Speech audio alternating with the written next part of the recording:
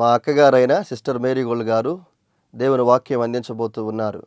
వీరు 3 సంవత్సరాలు ఉపవాసం ఉండి ప్రార్థన చేయడం ద్వారా పరిశుద్ధాత్మతో నింపబడిన వారై ఆత్మ సంబంధమైన వరములు కలిగి ప్రభువుతో మాట్లాడుతూ దర్శనాల ద్వారా కళల ద్వారా ప్రభు సన్నిధిలో గడుపుతూ అనేక మందిని ఆత్మీయంగా సిద్ధపరుస్తూ బలపరుస్తూ ఉన్నారు. వీరు ప్రార్థన చేసి దర్శనాలను కలభావాలను తెలుసుకొని అనేక మందికి తెలియచెప్పి అనేక మంది పట్ల దేవుని యొక్క చిత్తం ఏ విధంగా ఉందో ప్రార్థన ద్వారా వారు తెలుసుకొని అనేక మందితో పంచుకుంటూ అనేక మందిని బలపరుస్తూ దేవుని సన్నిధిలో బహుబలంగా వాడబడుతున్న దైవజనులు. వీరి వాక్యాన్ని ఇప్పుడు విందాం. ప్రభు మనలను ప్రేమించి కృప చూపి ఆత్మ సంబంధులుగా మనల్ని సిద్ధపరుస్తున్నారు. వాక్యాన్ని వింటున్నప్పుడు వాక్యంలో నుండి వచ్చే దేవుని వాక్కు మన హృదయాలను కడుగుతుంది, కదిలిస్తుంది, దిద్దుబాటు చేస్తుంది, ఆయనకి ఇష్టమైనట్లుగా మలుస్తూ ఉంటుంది. అందుకే వాక్యాన్ని మనం వినాలి, వాక్య ప్రకారం జీవించాలి, ఆత్మ సంబంధమైన ఆలోచన కలిగిన వరముగా ఉండాలి. మనము ఎంతో కాలం నుండి ప్రార్థనకు వస్తున్నాం, ప్రార్థనలో ఉంటున్నాం. ప్రార్థన అనేది అందరికీ తెలిసిన విషయం. ప్రార్థన అనేది తెలియని విషయం కాదు, అందరికీ తెలిసిందే. ఆ ప్రార్థన దేవుని సన్నిధిలో మనం చేసినప్పుడు ఆ ప్రార్థనకి జవాబు వస్తుందా? ప్రార్థనకి జవాబు రావాలంటే ఏం చేయాలి? ఆ ప్రార్థన చేరవలసిన దగ్గరికి చేరాలి. ఇప్పుడు నాతో ఎవరైనా మాట్లాడాలి అనుకొని మాట్లాడేటప్పుడు నేను చెవిటి దాన్ని నాకు వినపడకపోతే నేను జవాబు ఏమి ఇస్తాను కదా? ఒకటి మాట్లాడితే ఇంకొక జవాబు వస్తుంది. ఒక విషయం వాళ్ళు నాతో మాట్లాడితే నేను ఇంకో దానికి జవాబు ఇస్తాను. అదే నా చెవులు బాగుండి నేను వింటే ఆ మాటకి ఖచ్చితంగా జవాబు ఇవ్వగలుగుతాను, ఖచ్చితంగా జవాబు వస్తుంది. ఏదైనా సరే, అది తెలిసినా తెలియకపోయినా, ఆ విషయమైనా ఏదైనా సరే మనం అడిగిన మాటకు చెప్పిన దానికి తగిన జవాబును పొందుతాం. మనుషుల దగ్గర నుండే జవాబు పొందుతాం. దేవుని దగ్గర నుంచి అయితే ఇంకెట్టుంటుంది చెప్పండి? ఎప్పుడైనా ఆలోచన చేశారా? నా ప్రార్థన అసలు దేవుని దగ్గరికి వెళ్ళి ఆయన చెవులో దూరిందా లేదా? ఆయన చెవులో దూరిందా? అసలు ఆ ప్రశ్న ఎవరికన్నా వస్తుందా? వస్తే మీరు ఇలా ఆత్మలో బలహీనమైపోయే అవకాశం ఉండదు. ఆత్మలో ఎందుకు బలహీనమైపోతున్నారు అంటే మన ప్రార్థన దేవుని దగ్గరికి వెళ్ళడం వల్ల ఆయనకి వినపడటం వల్ల, ఆయనకి వినపడడం లేదు. ఆయన అంటున్నాడు, రక్షింపనేరకయుండినట్లు యెహోవా హస్తము కురుచగాలేదు, విననేరకయుండినట్లు ఆయన చెవులు, ఆయనకి చెవుడు లేదు. విననేరకయుండినట్టు ఆయనకి చెవులకి మందం లేదు. మనకుంటుంది మందం. కొవ్వు వేరుకుంటే, చెవులో దుమ్ము వేరుకుంటే, గుబిలు వేరుకుంటే, కొవ్వు వేరుకుంటే మనకు చెవుడు వస్తుంది. కొందరికి పిలుస్తున్నా కానీ అహంకారం వినలేరు. విననట్టు, నన్ను కాదు అన్నట్టు వెళ్ళిపోతుంటారు. అంటే ఏదైనా పని చెప్తారేమోనంటే, అంటే విననేరకుండా ఉండాలి అనుకున్నప్పుడు వాళ్ళు అలా ఉంటారు. కానీ ప్రభు అంటున్నాడు, రక్షింపనేరకయుండినట్లు నా చేతులు కురచగాల. రక్షించనేరకుండా ఉండడానికి చేతులు కురచగలేవు. కురచగా ఉండడం అంటే ఎవరికన్నా ఇయ్యాలంటే రాదు, చెయ్యి రాదు. అది కురచగానం అంటే ఇంత చిన్న చిన్న చేతులు పుట్టినాయి అని కాదు. మనిషి మొత్తం బాగున్నారు, చేతులు చిన్నవి పుట్టినాయి అని కాదు. మనిషి చేతులు బాగుంటాయి, లోపల ఉన్న స్వభావం కురచగా ఉంటుంది, చిన్నదిగా ఉంటుంది. అందువల్ల ఏం చేస్తారు? ఏదైనా ఇవ్వాలి అంటే ఈ చేతి నుండి ఇవ్వడానికి చేత కదా వాళ్ళకి. కానీ ప్రభు అంటున్నాడు, రక్షింపనేరకుండా ఉండడానికి నా చేతులు కురచగాల, విననేరక ఉండినట్లు నా చెవులు మందంగాల. దేవుని సన్నిధిలో మనం ఆలోచన చేయాలి. ఆయన వింటే నీ ప్రార్థనకి ఖచ్చితంగా జవాబు వస్తుంది. ఆయన వింటే జవాబు వస్తుంది. ఇజ్రాయేలీలు మాట్లాడుతూ ఉంటే వాళ్ళ పూర్వీకులు వింటారంట. చాలా విషయాలు అక్కడున్న గ్రంథాలు మనం చూస్తుంటే, చదువుతుంటే కొన్నిసార్లు వింటూ ఉంటే ఆశ్చర్యం కలుగుతుంది. పూర్వీకులు వింటున్నారు, పూర్వీకులు వాళ్ళ మాటలు వింటున్నారు. వాక్యంలో ఎన్నోసార్లు మనం విన్నాం, రాహేలు తన పిల్లల విషయమై ఏడ్చింది. రాహేలు తన పిల్లల విషయమై ఏడ్చింది. ఆమె పిల్లల కోసం అంగలారుస్తుంది. ఎందుకు అట్లా వస్తుంది? ఆమె పైనుండి చూస్తుంది, వీళ్ళు మాట్లాడేది వింటుంది, అందువల్ల దేవుని దగ్గర పోయి కూర్చుంటుంది. దేవుని దగ్గరికి వెళ్ళి కూర్చుంటుందామా అంటే ఆమె పరిధిలో ఉన్న ఆ పనిని ఆమె చేసేస్తుంది. యోసేపు బానిసగా అమ్మబడినప్పుడు యోసేపుని అమ్మేశారు. అన్నలైన వాళ్ళందరూ కూడా అమ్మేసిన తర్వాత వాళ్ళు యోసేపుని ఐగుప్తు దేశానికి తీసుకుని వెళ్తున్నారు. ముందు ఒకళ్ళకి అమ్మితే వాళ్ళు భయపడి, ఇతను ఎవడో రాజకుమారుల్లాగా ఉన్నాడు, బానిస కాదు, ఇతన్ని మనం దేశకపోయామంటే ఏదో దొంగతనం చేసి పిల్లోడిని పట్టకపోయినట్టు చేసి మనల్ని ఏదైనా చేయొచ్చు, కాబట్టి మనం ఈ పిల్లోడితోటి అవసరం లేదు, ఇంకొకళ్ళకి అమ్మేసుకుందాం, ఇంత డబ్బులకని అమ్మేశారు. అప్పుడు వాళ్ళు తీసుకొని వెళ్తూ ఉన్నప్పుడు, మిద్యానీయులు తీసుకొని వెళ్తూ ఉన్నప్పుడు వాళ్ళని దేవుడు బహుగా శ్రమల పాలు చేస్తాడు. చాలాసార్లు వాక్యంలో విన్నాం. గాఢ అంధకారం కలుగజేయడం, వాళ్ళు తవిడి తెలుసుకోలేనంత కటిక చీకటి, భయంకరమైన తుఫాను. యెహోవాయే వారితో యుద్ధము చేసిన గనక ఫరో ఐగుప్తీయులతో యుద్ధం చేసినందుకంట ఆ రథాల చక్రాలు ఊడిపోవడం, గుర్రాలకు కౌళ్ళు బెనికిపోవడం, అవి పడడం లేవడం, అదే సరిపోయింది. అక్కడక్కడే సరిపోయింది. ఇశ్రాయేలీలకు ముందేమో దేవుడు ఉన్నాడు, అప్పుడంతా వాళ్ళు బాగా నడిచారు. ఐగుప్తీయులు ఎప్పుడైతే వస్తున్నారని తెలిసిందో అప్పుడు దేవుడు ఆయన దూతని ముందు నుంచి వాళ్ళ మధ్యలోకి పంపించాడు. పంపించగానే ఏమైపోయింది? ఆ వెలుగు తగిలి వెనక్కపోయినట్టు అయిపోతున్నారు. అర్థం కావట్లా, ఎందుకు ఇలా అవుతుందో అర్థం కావట్లా. అలాగే యోసేపుని తీసుకొని వెళ్ళే వాళ్ళకి కూడా అలాగే జరిగిందంట. అన్ని భయంకర పరిస్థితులు, తుఫాన్ వచ్చింది, భయంకరమైన మెరుపులు వచ్చేసినాయి, పిడుగులు పడ్డాయి, ఎంతో భయంకరమైన బాధ, చీకటి కమ్మేసి అసలు తవిడి కూడా చూసుకోలేనట్టు అంత చీకటి అయ్యి వాళ్ళకి గ్రహింపు వచ్చిందంట. ముందు ఒకసారి జరిగితే అర్థం కాల, మళ్ళా ఒకసారి జరిగినప్పుడు వాళ్ళకి అర్థమైంది. ఏమని అర్థమైంది?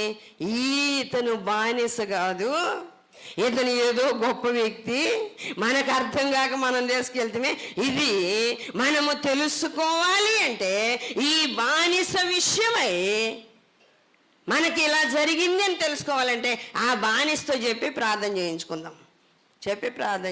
అయ్యా మమ్మల్ని క్షమించు, నువ్వెవరో మాకు తెలియదు, ఈ తుఫాను ఇవన్నీ కూడా నిన్ను బట్టి వచ్చినాయేమో, నువ్వు ఒకసారి క్షమించితే మా కోసం ఒక్కసారి ఆ సర్వశక్తుణ్ణి, అబ్రహాంతో మాట్లాడిన మాటే వాళ్ళు వాడేది ఆ కాలం అంతా, నేను సర్వశక్తి కలిగిన దేవుడను, నా సన్నిధిలో నడుచుచు నిందారహితుడవై ఉండు. ఆ రోజుల్లో అందరూ ఎవరి నోటి వచ్చినా యేసయ్య అని కానీ, ప్రభు అని కానీ, తండ్రి అని కానీ, దేవుడు అని కాదు, సర్వశక్తుడు ఎలా చెప్పాడు, సృష్టికర్త అయిన సర్వశక్తిమంతుడు ఎలా చెప్పాడు. ఇలాంటి మాటే వాళ్ళు వాడుకుంటూ ఉండేవాళ్ళు. అప్పుడు వాళ్ళందరూ అట్లా అడిగినప్పుడు ఈ మిద్యానీయులు కూడా ఎవరు? ఈ మిద్యానీయులు ఎవరు? అబ్రహాము కెతూరాను వివాహం చేసుకున్నప్పుడు వాళ్ళకు పుట్టిన మెదాను అనే ఒక వ్యక్తి ద్వారా వచ్చిన సంతానం ఇదంతా కూడా మిద్యానీయులు. వాళ్ళకు కూడా దేవుని గురించి తెలియదా? తెలుసు. అందుకనే వాళ్ళు గ్రహించుకున్నారు. ఆ బానిసగా ఉన్న వాళ్ళ మధ్యలో ఉన్న యోసేపు వాళ్ళని క్షమించగానే అన్నీ ఆగిపోయినాయి అంట. తుఫాన్ ఆగిపోయింది, ఆ ఉరుములు ఆగిపోయినాయి, మెరుపులు ఆగిపోయినాయి, వెలుతురు వచ్చేసింది. ఇక అప్పుడు అర్థమైంది వాళ్ళకి. అర్థమయ్యి అయినా సరే ఇప్పుడు మేమేం చేయాలని నిన్ను అంటే మా నాన్నకి అడిగి చేర్చండి. మీ నాన్న ఎక్కడ ఉంటాడంటే పలానా చోట. మీ నాన్నకి అడిగి చేర్చడం. ఇప్పుడు మా వాళ్ళు కదా, మేము చాలా దూరం వచ్చేసాం. ఇప్పుడు మనం ఐగుప్తుకే వెళ్ళాలి. మనం ఐగుప్తుకే వెళ్ళాలి అని చెప్పి ఐగుప్తు మార్గంలో వెళ్తూ ఉంటే, ఆ హెబ్రోనులో నుంచి వస్తూ ఉంటే మధ్యలో బెత్లెహేము తగులుతుంది. బెత్లెహేము ఎఫ్రాతా. ఆ బెత్లెహేము తగిలినప్పుడు ఆ బెత్లెహేములో ఆ ప్రాంతములో రాహేలు సమాధి చేయబడిందని యోసేపుకు తెలుసు. అందువల్ల పోయి పరిగెత్తుకుంటూ పోయి వాళ్ళ అమ్మ సమాధి మీద పడి గందరగోళంగా ఏడుస్తుందంట. అమ్మ ఒక్కసారి లేచిరా తల్లి, ఒక్కసారి లేమ్మా, నన్ను కన్నా నా తల్లి, ఒక్కసారి లేచిరా. నీ నిద్ర నుంచి లేచి వచ్చి నీ కుమారుని బాధను చూడు. నువ్వు నిద్ర నుండి లేచి వచ్చి నీ కుమారునితో కలిసి ఏడువు. నీ కుమారునితో కూడా కలిసి సర్వశక్తినికి ప్రార్థన చేయని అడిగాడంట. చూడండి వాళ్ళ మాటలు ఎలా ఉంటాయి. లేచి వచ్చి నీ కుమారునితో కలిసి ఏడువు, నీ కుమారునితో కలిసి సర్వశక్తునికి ప్రార్థన చెయ్యమ్మా అని ఏడ్చి వాళ్ళు కాసేపు ఏదో కనికరం కలిగి వదిలేశారు. కాసేపు వదిలేసేసరికి ఏడ్చి మొద్దుబారిపోయి అలాగే పడిపోయాడంట సమాధి మీదట ఆనుకొని మౌనం అయిపోయాడు. ఇంకేం లేదు. అంటే ఏడ్చి అలిసిపోయామనుకోండి, ఏడుపు రాదు కదా, ఇంకా వస్తుందా? ఏం మరి ఒకవేళ ఆ అనుభవం మీ అందరికి ఉందో లేదో నాకు తెలియదు, కానీ యోసేపుకుంది. ఏడ్చి అలిసిపోయి బండరాయిలా గట్ట పడుకొని ఉంటే సమాధిలో నుండి స్వరము యోసేపుకు వినబడిందంట. నా కుమారుడా యోసేపు, బాధపడబాక, సర్వశక్తుడు నిన్ను చూస్తున్నాడు, ఆయన నీకు తోడుంటాడు. నువ్వు వెనక్కి మీ నాన్న దగ్గరికి వెళ్ళడం కాదు, నీ ఐగుప్తు దేశానికి వెళ్ళు, వాళ్ళతో పాటు లేచి వెళ్ళు.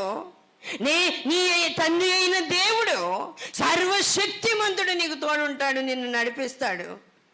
ఏం బాధపడబాక, నేను చాలా వేదనలో ఉన్నాను, నువ్వు ఇలా అమ్మబడ్డం ఇంకా నాకు వేదనగా ఉంది. ఏసేపు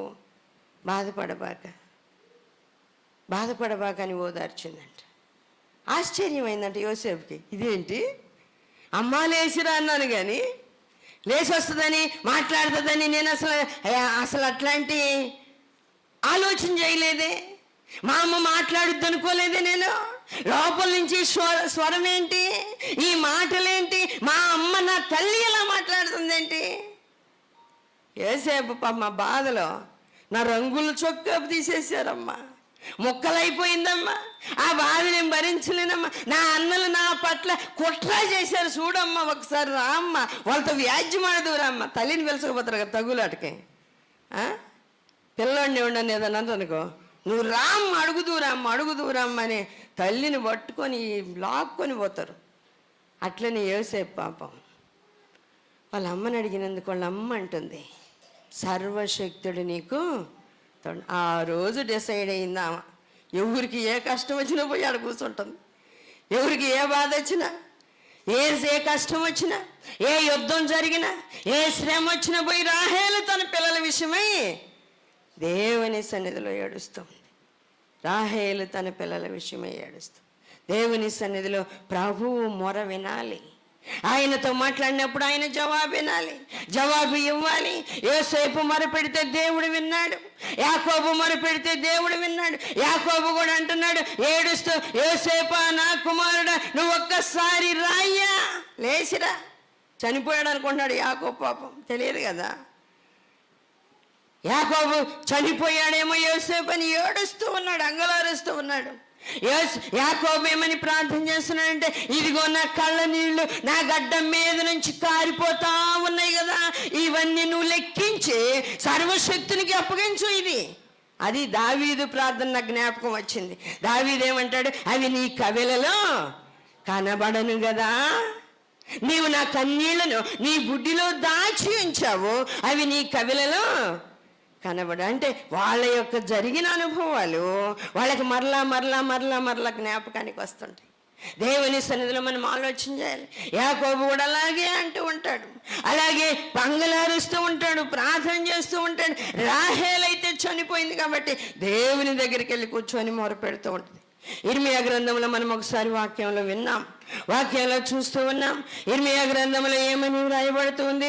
రాహేలు తన పిల్లల విషయమై ఏడుస్తూ ఉంటే విన్నాడు ప్రభు విని అంటూ ఉన్నాడు. వాక్య భాగాన్ని చూస్తే ఇర్మియా గ్రంథం 31వ అధ్యాయం 16వ వచనము, యెహోవా ఈ ఆజ్ఞ ఇచ్చుచున్నాడు, ఏడవకుము, ఊరకుడుము, కన్నీళ్లు విడుచుట మానము, నీ క్రియ సఫలమై జనులు శత్రువుని దేశములో నుండి తిరిగి వచ్చెదరు. ఇదే యెహోవా వాక్కు. ఊరికి పోయి రాహేలు దేవుని సముఖంలో ఏడుస్తూ ఉంటే ప్రభు అంటున్నాడు, ఏడవబాక ఊరుకో, ఏడవబాక ఊరుకో, నేను మళ్ళా నీ పిల్లల్ని తీసుకొస్తాను. ఆయన అంటున్నాడు, ఏ అమ్మా రాహేలు, నువ్వు ఒక్కదానివే నీ బిడ్డలైనట్టు ఏడుస్తున్నావు. నేను నీకంటే ముందు వాళ్ళని నేను ప్రేమించాను కదా, వాళ్ళు నా పిల్లలు కదా, నీకంటే ముందు వాళ్ళు నా పిల్లలు, వాళ్ళ విషయమైన చింత నాకు ఉంది. ఎఫ్రాయిము నా బిడ్డే కదా, యోధా నా బిడ్డే కదా, ఇశ్రాయేలీలు నా సంతానము కదా, నేను ఏర్పాటు చేసుకున్న జనాంగము కదా, ఏడవబాక ఊరుకో, వాళ్ళని తీసుకొస్తాం. దేవుని సన్నిధిలో మనం ప్రార్థన చేస్తున్నాం, ప్రార్థనకు జవాబు నీకు వస్తుంది. రాహేలుకు వచ్చింది, చనిపోయిన రాహేలుకు వచ్చింది. యోసేపు ప్రార్థన చేస్తే యోసేపుకి వచ్చింది జవాబు. యోసేపు ప్రార్థన చేస్తుంటే యోసేపుకి వచ్చింది. యాకోబు ప్రార్థన చేస్తే యాకోబుకి వచ్చింది. దావీదు ప్రార్థన చేస్తే దావీదుకు వచ్చింది.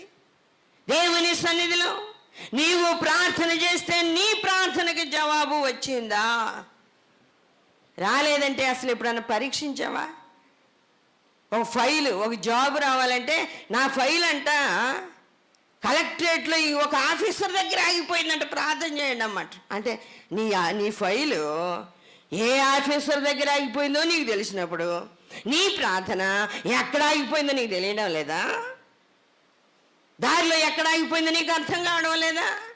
ఆ నుంచి ఆ ఫైల్ కదిలించినట్లుగా అక్కడి నుంచి నీ ప్రార్థన కదిలి దేవుని సన్నిధికి వెళ్ళేటట్లుగా ఎందుకు నువ్వు గమనించట్లేదు? ఎందుకు అడగడం లేదు? ఆ సూత్రాలు ఎందుకు తెలుసుకోవడం లేదు? ఎన్నోసార్లు వాక్యంలో ఈ సూత్రాలన్నీ చెప్పబడుతూనే ఉంటాయి. ఒక్కొక్క విషయం వివరించి చెప్పడానికి కుదరదు, కానీ వాక్యం బోధించినప్పుడల్లా ఒక సూత్రం వచ్చినప్పుడు దాన్ని పట్టుకోవాలి, గట్టిగా పట్టేసుకోవాలా. ఆ సూత్రం ప్రకారం మనము లెక్క చేయాలి, ఆ ప్రాబ్లం సాల్వ్ చేసుకోవాలి. ఆత్మ సంబంధమైన ఆలోచన, ఆత్మ సంబంధమైన గ్రహింపు కావాలి. రాహేలు తన పిల్లల విషయమై ఏడిస్తే దేవుడు అన్నాడు, ఏడవబాక ఊరుకోమ్మా, ఏడవబాక కన్నీరు విడవడం మానేసాయి, నేను నీ కళ్ళనీళ్ళు చూడలేకపోతున్నాను మానేసాయి. నువ్వు ఏ విషయం అయితే ఏడుస్తున్నావు ఆ విషయంలో నీకు జవాబు వచ్చేస్తుంది అన్నాడు. దేవుడు వింటున్నాడు, వింటే ఖచ్చితంగా ఆయన జవాబు ఇస్తాడు. మనం ప్రార్థన చేస్తే వింటాడు, మనం మాట్లాడితే వింటాడు, మనం రహస్యంగా చెప్పుకుంటే వింటాడు, మనం గదిలో మాట్లాడుకుంటే ఆయన వింటాడు. అన్నీ ఆయన సైన్యమే, అన్నీ ఆయన సైన్యం, ఆయన మాట వినేవాళ్ళే. ఆకాశ పక్షులు కానీ జంతువులు కానీ అన్నీ కూడా ఆయన మాట వినేయే, మన మాట వినే ఏం లేవు. ప్రతి జంతువు, ప్రతి ఆకాశ పక్షి దేవుని మాట వింటాయి. వాక్య భాగంలో ప్రసంగి రాస్తూ ఉన్నాడు. ప్రసంగి గ్రంథం 10వ అధ్యాయము 20వ వచనం చదుదాం. నీ మనస్సునందైనను రాజును శపింపవద్దు, నీ పడక గదిలోనైనను ఐశ్వర్యవంతులను శపించవద్దు. ఏలయనగా ఆకాశ పక్షుల సమాచారము కొనిపోవును, రేఖలు గలది సంగతి తెలుపును. చూడండి, గదిలో మాట్లాడుకుంటే ఊరికి వినపడదు, తలుపులే మాట్లాడుకుందామంట. మనుషులకు వినపడకపోవచ్చు, దేవునికి అన్నీ స్పష్టంగా వినపడుతున్నాయి. ఆయన అన్నిటినీ తెలుసుకున్నాడు, అన్నిటినీ వింటూ ఉన్నాడు, ఆయన చెవియొగ్గి ఆలకిస్తూ ఉన్నాడు. గదిలోనైనా మాట్లాడుకోవద్దు, గదిలోనైనా శాపం వచ్చిన శపించొద్దు. దేవుని సన్నిధిలో ఆలోచన చేయాలి. ప్రభు మనకి జవాబు ఎందుకు ఇవ్వడం లేదో ఆలోచన చేయాలి. ఎంతో కాలం నుండి ప్రార్థన చేస్తున్నాం. ఆ ప్రార్థన జవాబు రానిదిగా ఉంటే పరీక్షించుకోవాలి. హృదయంలో ఆ విషయమై జరిగితే జరిగింది, జరగకపోయిందని చేసేవనుకో, అది ఎరిగిన ప్రభువు జరగనీయడం. పట్టుదల కావాలి, మళ్ళీ దానికి వేదన కావాలి, పట్టుదల కావాలి, ఆసక్తి కలిగి ప్రార్థన చేయాలి, దేవుణ్ణి అడగాలి. అంతేగాని జరిగితే జరిగింది, జరగకపోయింది, నేనే ఇది అడుగుతూనే ఉండాలని కాదు. దేవుని సన్నిధిలో మనం ఆలోచన చేయాలి. అన్నీ తెలిసి చాలామంది దేవునికి ప్రార్థన చేయరు. అన్నీ తెలుసు, పట్టించుకోరు. కానీ ప్రభు అన్నీ వింటున్నాడు, అన్నీ వింటున్నాడు. వాక్య భాగంలో మనం చూస్తూ ఉంటే ద్వితీయోపదేశకాండం 5వ అధ్యాయము 28వ వచనం చూద్దాం. మీరు నాతో మాట్లాడినప్పుడు యెహోవా మీ మాటలు వినెను. అప్పుడు యెహోవా నాతో ఎలాగూ సెలవిచ్చెను, ఈ జనులు నీతో చెప్పిన మాటలు నేను విని ఉన్నాను.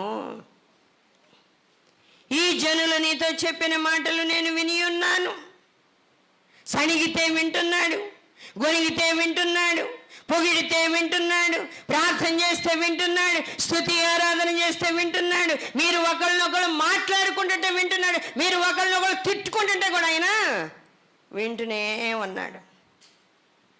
ఆయన వింటూనే ఉన్నాడు, తిట్టుకుంటున్నా కూడా వింటున్నాడు. దేవుని సన్నిధిలో ప్రతి విషయం రాయబడుతూ ఉంది. నీ ప్రార్థనకి జవాబు రావట్లేదు ఎందుకు అని నీవు పరీక్షించుకుంటే నీకు అర్థమవుతుంది. నీ హృదయ స్థితి ఏంటో గమనిస్తే నీకు అర్థమవుతుంది. ఎక్కడ ఆగిపోయిందో గమనిస్తే, ఆకాశ మధ్యంలో ఎక్కడ ఆగిపోయిందో గమనించి మళ్ళా దాన్ని కదిలేటట్లుగా ప్రార్థన చేస్తే నీ ప్రార్థనకు జవాబు వస్తుంది. ఆయన అంటున్నాడు, విననేరక ఉండినట్లు నా చెవులు మందంగాల,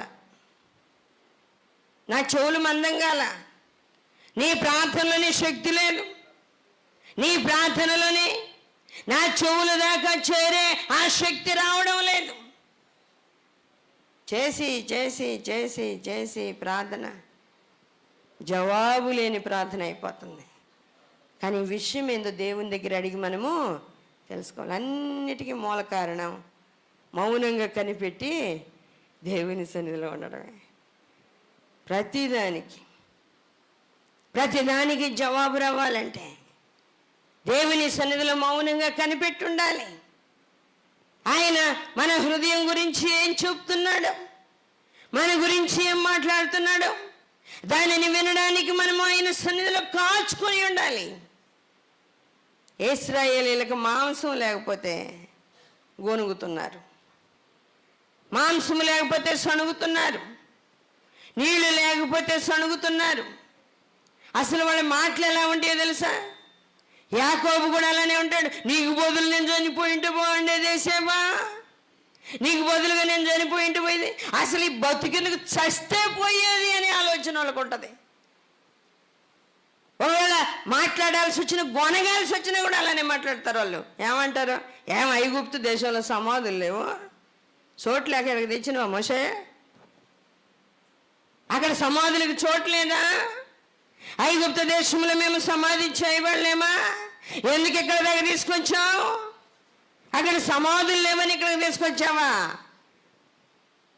చూడండి, ప్రభు అన్నీ వింటున్నాడు, ప్రతి మాట వింటున్నాడు, ప్రతి ప్రవర్తన ఆయన చూస్తున్నాడు. దేవుని సన్నిధిలో బహు జాగ్రత్తగా ఉండాలి మనం. సొలొమోను అంటున్నాడు, నీవు భూమి మీద ఉన్నావు, ఆయన ఆకాశమందు ఉన్నాడు. కాబట్టి నీ మాటలు కొద్దిగా ఉండాలంట, ఎక్కువగా ఉండకూడదు. నీ మాటలు కొద్దిగా ఉండాలి. ఆయన నిన్ను చూస్తున్నాడు, నీ మాటలు వింటున్నాడు. అనాలోచనగా పలకూడదు, జాగ్రత్తగా పలకాలా. ఆ మాటలు కూడా కొద్దిగా మాట్లాడాలా. నీ ఉద్దేశ ప్రకారం మాట్లాడటం కాదు, దేవుని చిత్తానుసారంగా మాట్లాడాలి. దేవుని చిత్తానుసారంగా మాట్లాడాలి. నీ ఇష్ట ప్రకారం కాదు మాట్లాడాల్సింది. దేవుని సన్నిధిలో మనం ఆలోచన చేస్తే ఇశ్రాయేలీలు కూడా గొనుగుతూనే ఉన్నారు. మాంసం గురించి గొనుగుతున్నారు. దేవుని సన్నిధిలో అన్నిటిని గురించి వాళ్ళు గొనుగుతూ సనుగుతూ భయంకరంగా బాధపడుతూ ఉన్నారు. అబ్రహాముకు జవాబు వచ్చినట్టు నీకెందుకు రావడం లేదు? అబ్రహాం ఆలోచన చేశాడు, ఎంత ఆస్తి ఇచ్చినా ఈ దమస్కు ఎలియాజరే కదా వారసుడంటే. వెంటనే ప్రభువుకు ఆ మాట చేరింది. ఆయన అన్నాడు, లేదు, నీ గర్భవాసమున పుట్టబోవాడే నీకన్నిటికీ, నీ గర్భవాసాన్ని పుట్టేవాడే నీకు వారసుడు, బాధపడబాక. వెంటనే వచ్చింది జవాబు. మరి నీకు వస్తుందా? వెంటనే జవాబు వస్తుందా? నాకు జవాబు రాలేదే అని నిరుత్సాహంతో బ్రతకటం కంటే మనం ఎలా ఉన్నాం, అసలు మన స్థితి ఏంటి, మన ఆత్మీయ జీవితం ఎలా ఉందనేది ప్రభువుని అడిగి తెలుసుకొని ఆత్మీయంగా ఉన్నతంగా నిలబడగలిగితే ప్రభు నీతో మాట్లాడతాడు, నీకు జవాబు ఇస్తాడు. ఖచ్చితంగా ఆయన సన్నిధిలో ఆశీర్వాదాన్ని పొందగలుగుతాం. అలాంటి ఆశీర్వాదం నీకు కావాలంటే ఈరోజే మౌనంగా కనిపెట్టి నీ హృదయం ఎలా ఉందో తెలుసుకో. అలాంటి అనుభవంతో దేవుని సన్నిధిలో నువ్వు ఎలా ఉన్నావు దిద్దుకోవడానికి వీలవుతుంది. ఆ అనుభవం కోసం ప్రార్థన చేద్దాం. తల్ల వంచి కళ్ళు మూసుకోండి. మహాగణుడు వగ తండ్రి, పరిశుద్ధుడు అయిన దేవ, సర్వాధికారి జీవాధిపతి, మీకే వందనాలు, స్తోత్రాలు. నాయన, ఇదిగో నా తండ్రి, విననేరక ఉండినట్లు ఆయన చెవులు మందం కాలేదని యెషయా చెప్తూ ఉన్నాడు. ప్రభా, యెషయా ప్రవక్త మాటలు మేము వింటున్నాం. దావీదు అంటున్నాడు, నా ప్రార్థన ఆయన చెవులు చొచ్చెను, ఆయన దగ్గర నుంచి నాకు జవాబు వచ్చింది అని. అవును ప్రభా, అబ్రహాము మీతో చెప్పుకుంటున్నాడు, మీరు విని వెంటనే జవాబు ఇచ్చారు, మీకు స్తోత్రాలు. ఇది ఈరోజు ఈ వాక్య భాగాలు మీరు మాకు వినిపించారు, మీకు కోట్ల కొలది వందనాలు ప్రభా. బిడ్డలందరినీ దర్శించండి. ఇంకా ఏ బిడ్డ అయినా జవాబు లేని ప్రాంతంతో ఉంటే ఈరోజు జవాబు పొందుకోగలిగిన ప్రార్థన మీ బిడ్డలకు నేర్పండి, ఆత్మతో నింపండి ప్రభా. సాతాను తంత్రాలపై జయమివ్వండి, పరిపూర్ణ విజయాన్ని ఇవ్వండి, హృదయాన్ని కదిలించండి, కఠిన హృదయాలను మార్చండి ప్రభా. సరిచేయండి నాయన. మీ నామానికి మహిమ తెచ్చే బిడ్డలుగా, మీ సన్నిధిలో మొరపెట్టుకునే బిడ్డలుగా, జవాబు పొందే బిడ్డలుగా బిడ్డలను సిద్ధపరచండి నాయన. ఇదిగా అనారోగ్యంతో ఉన్న బిడ్డలను ముట్టండి, స్వస్థత, నెమ్మది దయచేయండి. నెమ్మది లేని వారికి నెమ్మదినివ్వండి, దురాత్మల చేత పీడించబడుతున్న వారికి విడుదల దయచేయండి. ఆర్థిక ఇబ్బందులతో అల్లాడుచున్న వారికి సహాయం చేయండి ప్రభా. నెమ్మది దయచేయండి. బిడ్డల చుట్టూ మీ అగ్ని కంచి వేసి మీ కాపుదల నుంచి మహిమ ఘనత మీరే పొందమని మీకు అప్పగించుకోండి. యేసయ్య అతి పరిశుద్ధ నామములో అడుగుచున్నాము తండ్రి, ఆమేన్. మరిన్ని వివరముల కొరకు మమ్మలను సంప్రదించవలసిన చిరునామా Marigold Foundation, Holy Spirit Church, Vishwanathapuram, Podili, Prakasam జిల్లా, పిన్ కోడ్ 523240. మా ఫోన్ నెంబర్స్ 8500084841, మరి ఒక ఫోన్ నెంబర్ 8500084844.